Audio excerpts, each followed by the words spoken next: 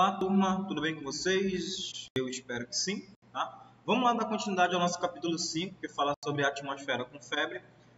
Em aulas anteriores, tá? Nós estudamos, na aula anterior, né, na aula de terça-feira, nós estudamos sobre a composição do ar. A gente viu lá que a maior parte da nossa atmosfera ela é composta por nitrogênio, né? Depois 20% de oxigênio. Temos uma pequena quantidade de dióxido de carbono, entre outros gases, tá? Então, o oxigênio é importantíssimo para o processo de respiração. O nitrogênio é importante também para o nosso DNA, tá? Ele é composto do nosso DNA, nossas características hereditárias. Só que o nitrogênio a gente incorpora ele através da alimentação, né? Comendo principalmente vegetais e também algumas carnes, tá? Principalmente de herbívoros. Falei para vocês também da transformação do dióxido de carbono em oxigênio, tá? Na verdade, não é tanto, né, a transformação desse dióxido de carbono em oxigênio. Mas a gente viu aqui do processo de fotossíntese, que ela vai absorver água, sais minerais, vai absorver o carbono e também vai liberar o oxigênio e produz a glicose. Falei para vocês da fotólise, que é a quebra da molécula de água pela luz, né, do sol, aonde ela libera o hidrogênio do oxigênio, o oxigênio vai para fora, o hidrogênio fica na planta, para que depois ela junte o carbono às sais minerais e ela produza a glicose, né? Aquele fruto que a gente come. Depois a gente vai ver como é que faz esse fruto, como é que ele vira, né? A parte carnosa lá, quando a gente for estudar sobre os vegetais. Tá? Então, a gente estudou aqui as principais características do processo fotossintético. A gente viu também que a planta ela respira igualmente como nós, ela precisa, tá? Consumir também uma quantidade de oxigênio, ela libera carbono. Quando ela fixa o carbono, ela libera, né, uma quantidade de oxigênio. Mas lembre, turma, esse oxigênio não é proveniente do carbono, tá? Você está vendo aqui, ó. Só pegar a canetinha. Você está vendo aqui, ó, o CO2, tá? Mas esse O2 aqui, ele não é do oxigênio. O oxigênio é proveniente da água. E durante a noite, que não tem energia solar, então a planta ela não vai precisar fazer, né, o processo fotossintético. Ela precisa da luz para quebrar a molécula de água. Então, à noite, o que ela faz? Ela faz o processo de respiração e também produz a glicose. Tá? Então, ela faz a respiração durante o dia e durante a noite. Só que durante o dia, turma, pode ser prejudicial se ela fazer a respiração por muito tempo. Se ela deixar os estômagos dela abertos, ela pode desidratar. Então, ela pode estar respirando mais do que produzindo. Ah, professor, mas por que serve a respiração na planta?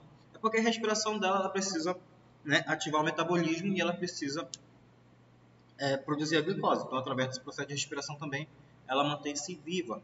E, como eu falei para vocês, o processo de respiração não pode ser maior que o processo fotossintético, porque ela vai consumir mais daquilo que ela produz. É igual na sua casa.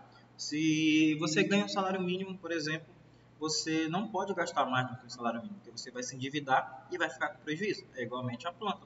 Então, ela não pode, a taxa de respiração dela não pode ser maior que a fotossíntese, senão com o tempo ela pode vir a morrer, tá? Então, durante o dia, ó, como eu falei para vocês, ela pode fazer o processo fotossintético de dia e de noite, mas de dia, como tem a luz solar, ela vai fazer essa absorção, tá? E produzir lá o processo fotossintético, principalmente a produção da glicose. E a fase de noite, tá? Ela faz o processo de respiração e também produz, tá? A glicose, tá? Então, a taxa de fotossíntese ela vai diminuir muito durante a noite porque não tem energia luminosa.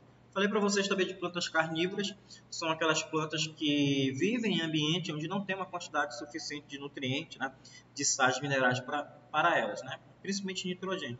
Quando eu falo sais minerais lá estão nitrogênio, né, estão inclusos lá nitrogênio, fósforo, potássio, entre outras propriedades.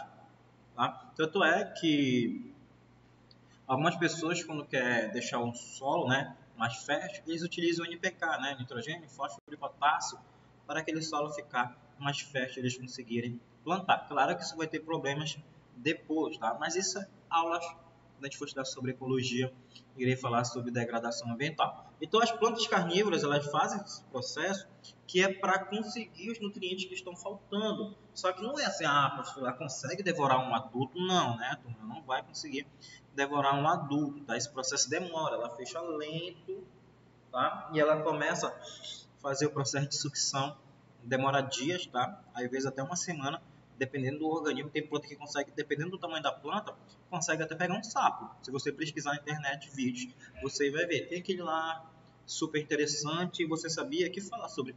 Depois você dê mais pesquisada lá. Tá? Então elas fazem esse processo, são carnívoras.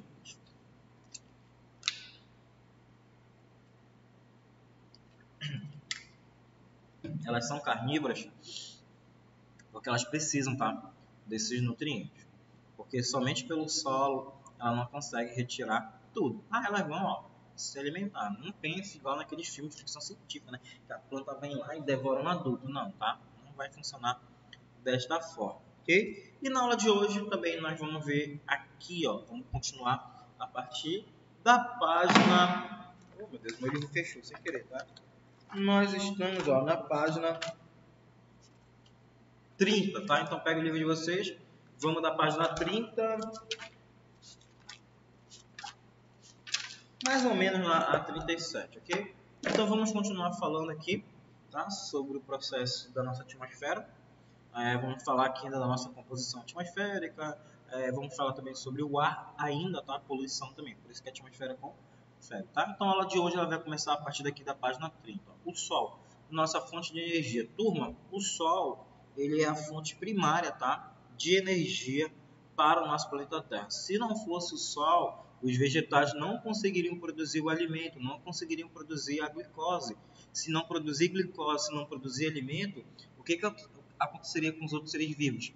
Deixariam de existir. Além do mais, que é proveniente do Sol, que é a quebra da água e libera o oxigênio, né? A planta, você viu lá, que o Sol vem, quebra a molécula de água, libera o oxigênio para a atmosfera. Então, o Sol é a nossa fonte de vida. Tá? O calor, a gente precisa desse calor para nós sobrevivermos. Como eu falei, a planta utiliza o sol para produzir glicose. Se a planta não produz glicose, não produz o alimento, ela não consegue crescer, o que vai acontecer? Os herbívoros deixam de sumir. Se os herbívoros deixam de sumir, os carnívoros deixam de existir também. Vai só naquele efeito dominó. Tá? É o que aconteceu, por exemplo, no processo de extinção lá dos dinossauros. Tá? Professor, foi um meteoro. O meteoro contribuiu, tá? Mas teve várias erupções vulcânicas que contribuíram também, fazendo com que ficasse uma poeira, e essa poeira cobrisse toda a nossa atmosfera, impedindo a penetração da luz. Impedindo essa penetração de luz, as plantas não conseguiam mais realizar a fotossíntese. A taxa de oxigênio diminuiu, a taxa de produção de alimento diminuiu, os herbívoros começaram a morrer, e os carnívoros também, porque se alimentam dos herbívoros, tá? É só na cadeia alimentar. Então, como você viu, sem o Sol, não há fonte de energia, não há fonte de alimento, o nosso planeta vai começar a esfriar, como aconteceu, épocas glaciais. A temperatura diminuiu muito, caiu bruscamente, fazendo com que tivesse épocas glaciais. Quem assistiu lá a Era do Gelo vai lembrar disso. Claro que não é tão científico assim, mas ele mostra assim, numa forma bem dinâmica, tá? Sobre esse processo da época glacial, tá? Mas vamos ver aqui como é que o nosso Sol se comporta, como é que ocorre essa iluminação, tá? O Sol, turminha, ele vai ter pigmentações, radiações, tá? Que vão diferir, tá? Uma da outra. Por exemplo, aqui, ele vai ter radiação infravermelha, ele vai ter radiação ultravioleta, né? E ele tem a luz visível. O que acontece aqui, com a radiação infravermelha, tá? Na radiação infravermelha, ela corresponde a 49% da energia proveniente do Sol. Tá? E essa radiação infravermelha, ela é visível aos olhos humanos, tá? Você consegue enxergá-la, você consegue observá-la, tá? E produz agitação térmica. O que ela produz? Calor, ela agita as substâncias, ela agita as moléculas. Por exemplo, quando você vai num posto de gasolina, você para lá na rua, tá quente, né? Tem um sol, tá quente. E o que acontece? Como as partículas de gasolina, elas evaporam bem rápido, elas se dissipam no ar, você consegue sentir. Isso é por causa do calor, tá? O calor faz com que se evapore bem rápido, dissipa, você consegue, né, sentir, por causa dessa agitação térmica das propriedades químicas, tá? E aquecendo substâncias, objetos e seres vivos. Professor, então quer dizer que essa radiação ultravermelha que faz com que haja, né, o calor, com que haja o aquecimento? Sim, tá? Essa radiação radiação infravermelha, vermelha, tá? Que vai de 600 até 700 nanômetros. E a radiação ultravioleta, que dá refluxo, a radiação ultravioleta ela apresenta cerca de 9% da energia, tá? Que é proveniente do Sol. Ela não é detectável, tá? Pela nossa visão e ela é muito responsável, ó, tá? Por muitas reações que ocorrem na nossa atmosfera. Por exemplo, essa radiação ultravioleta é quando o Sol manda, a nossa camada atmosférica reflete parte dela de volta para o espaço, outra parte é absorvida pelo nosso solo e a outra parte fica, ó, na nossa camada de ozônio, tá? E por ela não ser visível, essa radiação ultravioleta ela é prejudicial para a nossa vida, tá? Bem prejudicial mesmo. Então, você sendo exposta ao UV, o que acontece? Você pode ter insolação, você pode ter câncer de pele, né? Nos casos mais graves. Eu lembro que quando eu trabalhava no postinho, ficava uns 30 minutos de casa. Na época eu ia de bicicleta, mas roubaram a minha bicicleta. Eu não coloquei corrente e levaram. Lá da garagem de casa, ficou aberto, né? Aí levaram a minha bicicleta. Aí eu tinha que ir andando. E eu tinha que chegar lá 2 horas. E eu saí de casa 1h30. Era tempo, né? 20 minutinhos que eu andava e chegava lá. Até menos, eu andava mais rápido, que era muito quente. Eu pegava a Padre Júlio, que não tem árvore nenhuma. Na verdade, Macapá não tem processo, né? Como a gente está falando de planta, Macapá não tem um processo de arborização. Já perceberam isso? As plantas que são colocadas aqui, elas foram colocadas totalmente erradas.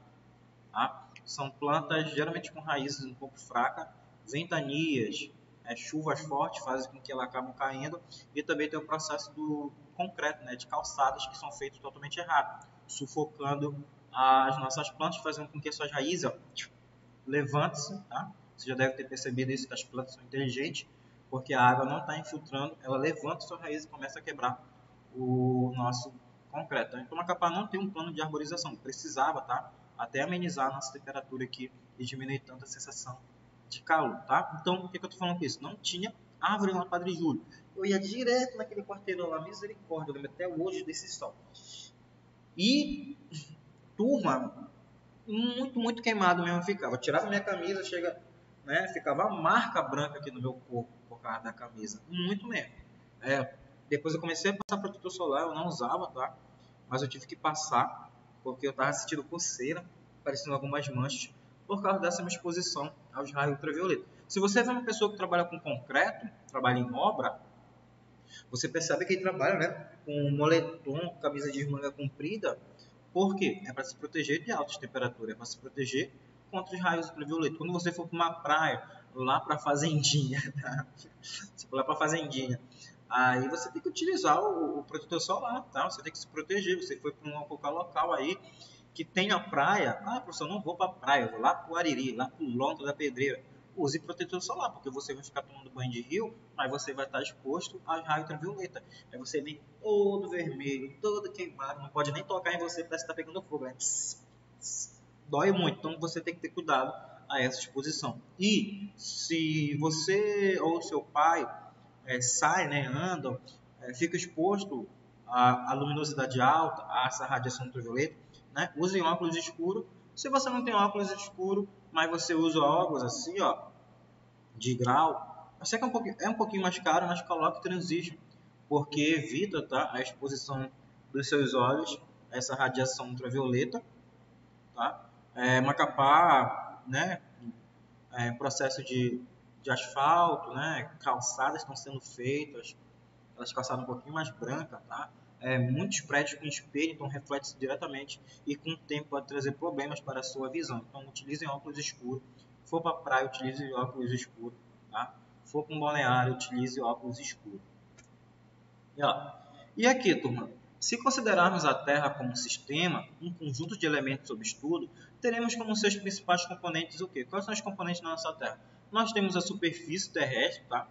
A superfície aqui que é o chão, a nossa litosfera, né? A gente viu lá a litosfera, né? O manto e o núcleo, tá? Mas a superfície aqui é a litosfera, aonde nós pisamos. A atmosfera, tá? A camada azul, tá? E na nossa atmosfera tem as nuvens, tá? Que ficam circulando todo o nosso planeta. E tudo isso, turma, tem função, tá? Por quê? como eu falei para vocês, ó, os raios solares, eles vão chegar na nossa Terra, esses raios ultravioletos, e eles vão passar por onde?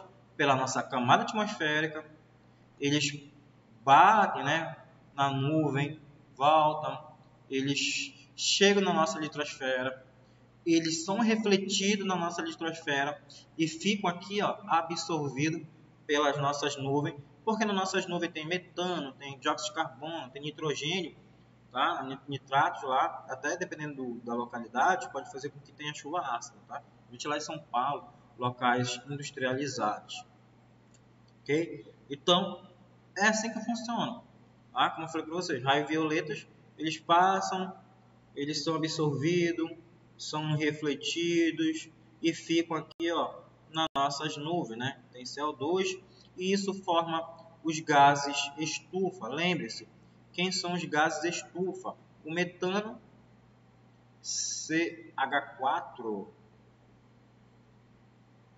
tá? E eu tenho também aqui, ó, o CO2, não, o gás carbônico, o dióxido de carbono, tá? Continuando aqui, ó. E nesse sistema, a energia solar é absorvida, espalhada e refletida, como eu havia falado para vocês. Ó. Vou passar aqui, ó. O aproveitamento da radiação solar recebida pela Terra.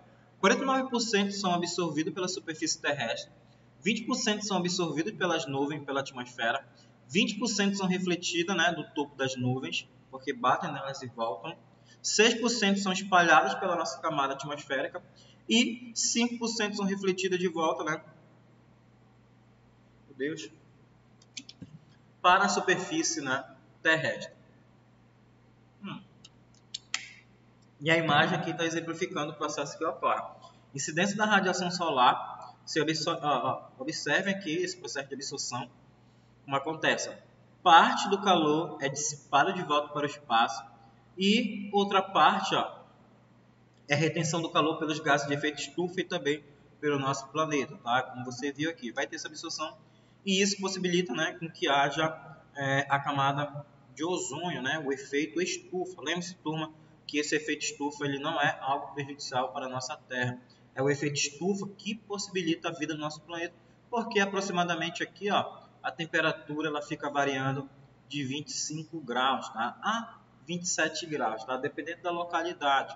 Só que ações antrópicas, que são ações, né, que trazem prejuízo para o nosso planeta, que são feitas pelo homem, ele vem fazendo com que essa temperatura no efeito estufa ela acabe aumentando. E se essa temperatura acaba aumentando, traz prejuízo, aumento da temperatura, derretimento das nossas calotas polares, queimadas, câncer de pele, tá? Problemas para a nossa saúde. Então, as nossas ações, poluição, queimadas, desmatamento, lixos, isso tudo traz um prejuízo, tá?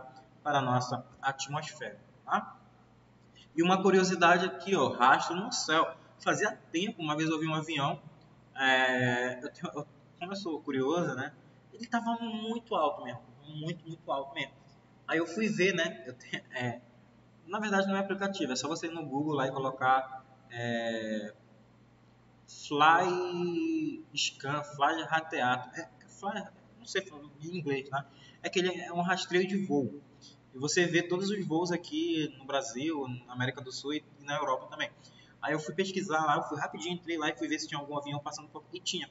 Foi um avião que veio de Brasília e ele ia lá para Fort Lauderdale, né, na Califórnia, ele ia para os Estados Unidos. E ele vinha muito alto. E estava aqui, eu só via fumaça. Bem bonito que ele deixou. E como é que acontece isso? Por que tem essa fumaça? Ó? Esse rastro no céu, ele é possível, né, que a gente consegue visualizá-lo, principalmente em dias ensolarados, porque ó, o céu, né, aqui, deixa eu só ler, né? É possível que um dia ensolarado você já tenha visto um avião cruzando o céu e deixando uma linha branca atrás de si. Esse fenômeno acontece devido à diferença de temperatura entre a atmosfera e os gases liberados pelo motor. Por quê? Os gases liberados pelo motor eles vão ser mais quentes. E o que acontece com a nossa atmosfera? Lembre-se, quanto mais alto você for, né, na troposfera, né, lembre-se, o avião, eles vão na troposfera, mas quanto mais alto, menor é a quantidade de oxigênio e mais frio vai ficando. Então, ó, esse fenômeno acontece devido à diferença de temperatura entre a atmosfera e os gases liberados pelo motor do avião em funcionamento. Os aviões, né, trafegam na parte mais alta da troposfera, onde a temperatura pode chegar a menos 60 graus. Ao ser queimado, o querosene do avião, combustível específico, né, para aviões e helicópteros, o avião não usa gasolina, senão ele não conseguia nem atravessar o rio Amazonas aqui se fosse combustível. É querosene, tá? Que ele queima mais lento e o avião consegue voar por mais tempo.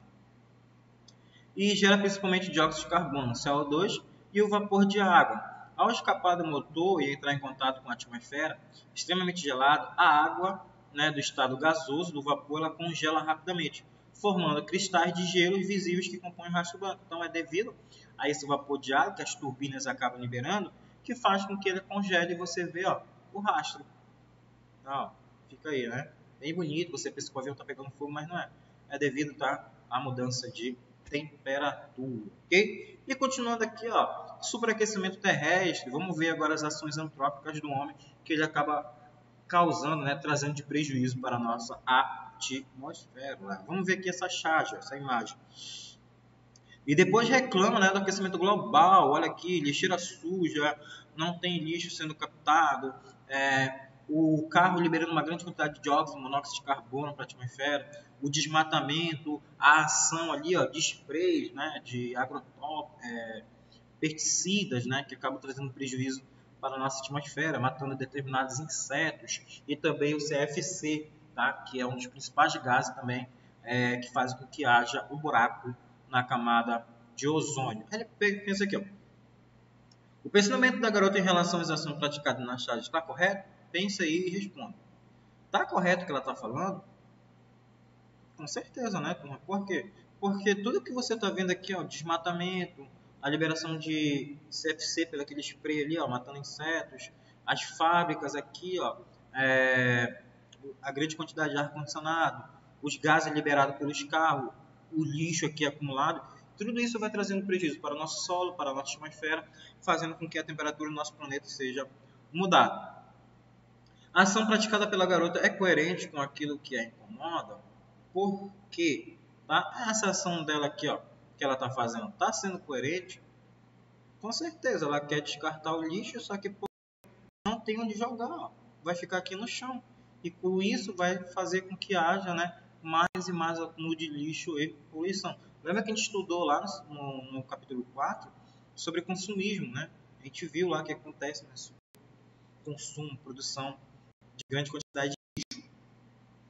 Qual a mensagem apresentada para o leitor? Quero que vocês pensem aí e depois me respondem na próxima aula que nós iremos continuar. E ó, turma, razões, né, para crer nesse superaquecimento terrestre. O que acontece aqui?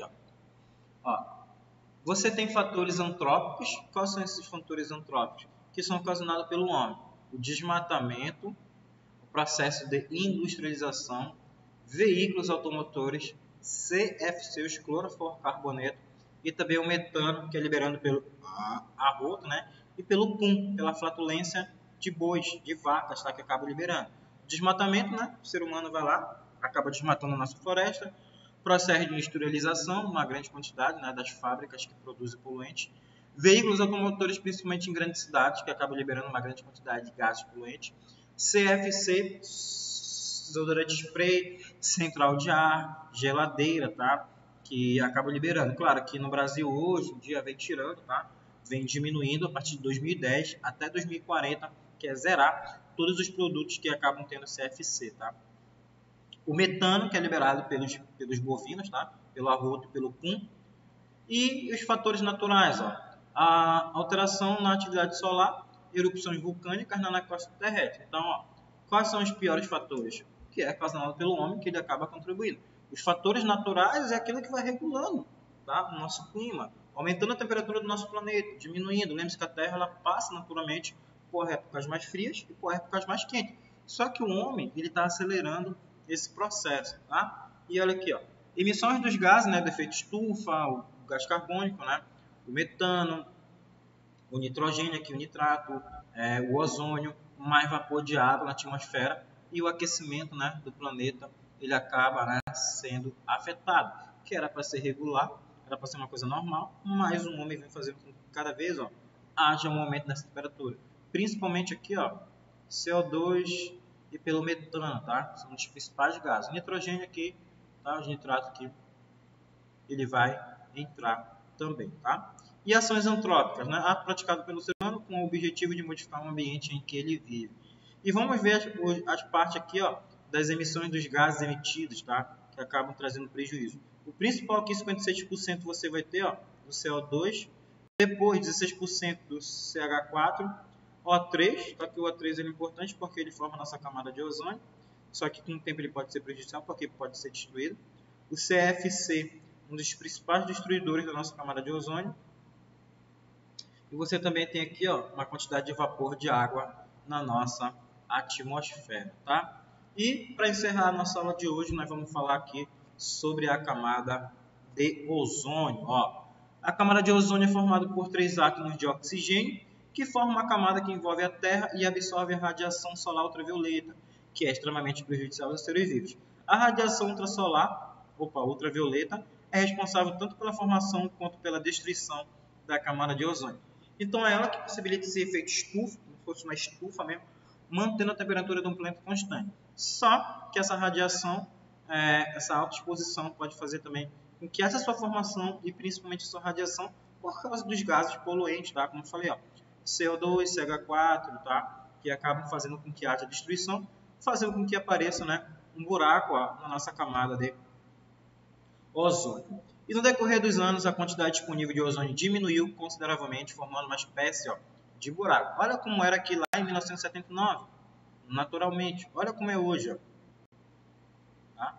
Bem grande, e com isso, né, faz com que os raios solares penetrem com mais facilidade e não sejam refletidos de volta para o espaço sideral. E cientistas descobriram que o ozônio estava sendo destruído aos poucos devido à alta concentração, ó, dos clorofluorcarbonetos, dos CFCs. E esses CFCs, né, são gases poluentes utilizados pelos seres humanos em sistema de refrigeração, central de ar. Quando você for comprar uma central de ar, ou você for numa loja, aí, Domestic, Santa Kennedy, observe lá, você vai rapidinho olha uma central de ar lá, e você vai ver que tem um desenho verde lá, uma folha, que vai falar, né, que essa central de ar ela não é poluente. Tá? Ela contribui para o nosso meio ambiente, porque não tem o CFC, tá? Mas tá? Vai ter outros clorofluorcarbonetos lá. Mas o Brasil criou uma lei a partir de 2010 que vai fazer com que haja essa diminuição dos clorofluorcarbonetos, que sai lá do gás da central de ar, que faz com que ela fique gelada, do gás da geladeira, que faz com que a geladeira fique gelada, e dos desodorantes, ó, do spray. Tá? Quer ver? Lei lá no finalzinho que você vai ver lá. Tá? HCFC, que agora são os hidrofluorcarbonetos. Tá? E o Brasil reduziu drasticamente o uso de CFC até 2010, quando, de acordo com o Ministério do Meio Ambiente, essas substâncias foram erradicadas no país e substituídas pelo HCFC, que é menos prejudicial à camada de ozônio. Ó. Use somente spray sem CFC, que não agride a nossa camada de ozônio. Ó. Acabam trazendo, né, esses prejuízos. Beleza, turminha? A gente fica nessa aula de hoje. Semana que vem, tá? A gente tem aula no Zoom na quinta-feira. Eu tinha uma programação, acabei esquecendo de avisar vocês e acabei marcando, tá? Então, quinta-feira que vem tem aula Zoom. Terça-feira será gravada, beleza? Espero vocês quinta-feira que vem no Zoom, tá? Façam as atividades do livro que eu deixei especificado aí no portal Eclass, tá? Qualquer dúvida, manda mensagem lá no privado do WhatsApp. Abraços, até a nossa próxima aula e Deus abençoe vocês e suas famílias.